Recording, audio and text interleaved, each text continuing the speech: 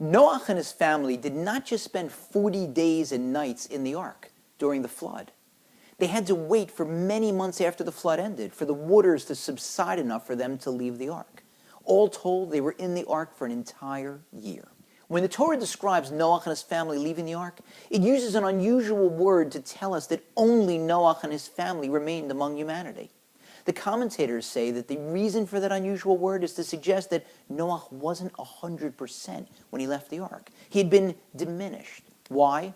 One explanation is that one time during that year that he was in the ark, he was late to feed the lion, and the lion kicked him. And so he became somewhat crippled, and so he was limping when he left the ark. Now, I get it. The big guy has to eat. But can we expect perfection? The Talmud tells us that years later, Noach's son Shem met the loyal servant of Abraham, Eliezer. And Eliezer asked Shem, what was it like during that year in the ark? And Shem said it was unbelievably difficult. Some animals ate during the day, some at night. We spent all of our time taking care of them. The Medrash goes further and says that Noach and his sons did not taste sleep for that entire year. So I ask you, I understand that maybe Noach violated the prohibition, according to some, of causing pain to animals. But he was late one time to feed one animal. Does he deserve to get injured?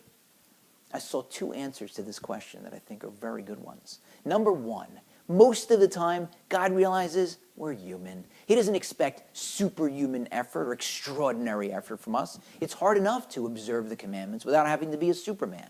But sometimes he does expect more.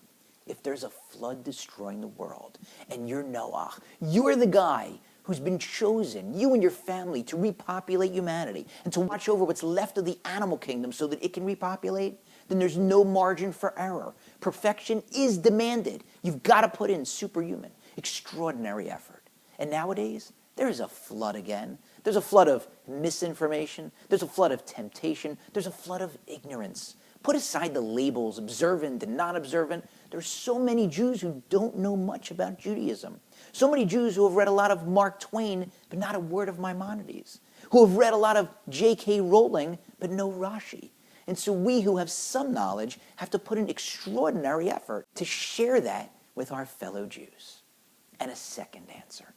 The problem wasn't that Noach was late one time to feed one animal. The problem was that he was late one time to feed the lion, the king of the jungle. You don't sleep on the lion. That's dangerous. If you're going to be late to feed an animal, be late to feed something small and cute and furry and cuddly, not a lion.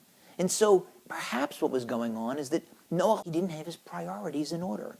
We all do that. We spend way too much time on things that are trivial, foolish, stupid, and not nearly enough time on the things that are really important, especially things involving spirituality. And when we make that mistake that Noach made, it could prove to have terrible consequences, painful ones or dangerous ones.